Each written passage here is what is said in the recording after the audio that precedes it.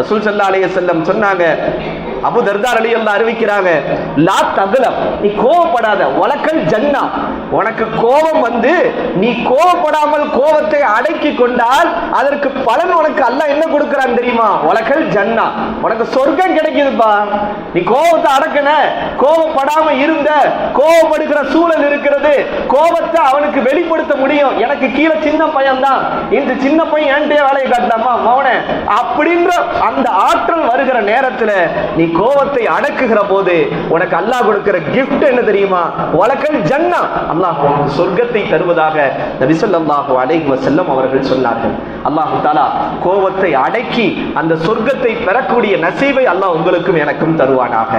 அல்லாஹ் குர்ஆனிலே இறையச்சம் உடையவர்களுடைய தன்மையை பற்றி அல்லாஹ் குர்ஆனில் ஒரு இடத்திலே சொல்கிறான். அல்லதீன, அந்த இறையச்சம் உடையவர்கள் எப்படிப்பட்டவர்கள் தெரியுமா? யுன்ஃபிகூன ஃபிஸ் ஸர்ராஇ வல்லர்ராஇ, அவர்கள் இன்பமான நேரத்திலேயும், அதாவது செல்வ செழிப்பாக இருக்கிற போதும் அல்லாஹ்வின் பாதையில் செலவு செய்வார்கள், ஏழ்மையான துன்பமான நேரத்திலேயும் அல்லாஹ்வுடைய பாதையில் செலவு செய்வாங்க. நல்லடியார்களுடைய பண்பு என்னது? நான் பணக்காரதா இருக்கும்போது தான் கொடுப்பேன், எனக்கு கஷ்டம், எனக்கு ஏழ்மை, நான்லாம் 1 ரூபா கூட எவனுக்கு கொடுக்க மாட்டேன், அப்படி கிடையாது. இறையச்சமுடையவர்கள் யார் தெரியுமா?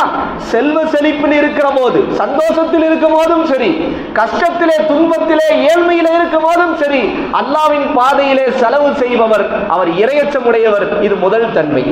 இரண்டாவது, அல்லாஹ் குர்ஆன் அந்த வசனத்தின் தொடர்ச்சியிலே சொல்கிறான், இறையச்சமுடையவர்கள் யார் தெரியுமா?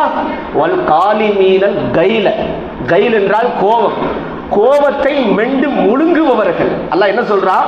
கோபம் வரும், ஆனா அந்த நேரத்தில் நீ மெண்டு முழுங்கணும், அடக்கணும். இப்படி நீ அடக்கினால் நீதான் இறையச்சம் உடையவன் என்று அல்லாஹ் தஆலா குர்ஆனில் சொல்லுகிறான். அடுத்து 3வது தன்மை அல்லாஹ் சொல்றான், கோபப்பட்டு ஒருத்தனுக்கு உன்னை கோபத்தை ஏத்திட்டான், ஒருத்தன் சூடு ஏத்திட்டான், உன்னை பக்கத்து வீட்டுக்காரங்க சூடு ஏத்திட்டாங்க, பக்கத்து வீட்டுக்கார அம்மா அவனை சண்டைக்கு இழுத்துட்டாங்க, ஆனால் வல் ஆஃபீன அனின் நாஸ், மக்கள் செய்கிற அந்த குற்றத்தை மன்னிக்கிறாரே அவர் இறையச்சம் உடையவர் என்று அல்லாஹ் சொல்கிறான். 3 தன்மை உடையவர்களை அல்லாஹ் இறையச்சம் உடையவர் என்று சொல்கிறான். அல்லாஹ் தஆலா அந்த இறையச்சம் உடையவர்களுடைய பட்டியல் அல்லாஹ் நம்மளையும் ஆக்கி அருள் புரிவானாக. செல்வ செழிப்பிலேயும் இன்பத்திலேயும் மகிழ்ச்சியிலேயும் துன்பத்திலேயும் எல்லா நிலைகளையும் அல்லாஹ்வின் பாதையில் செலவு செய்கிற நசீபை தர வேண்டும். கோபத்தை மெண்டு முழுங்குகிற தன்மை, மக்களை மன்னிக்க, நமக்கு அநியாயம் செய்கிறவனையும் மன்னிக்கிற அந்த உயர்ந்த பண்பை, அல்லாஹ் நபியின் பண்பை அல்லாஹ் நமக்கும் நசீபாக்கி தருவானாக.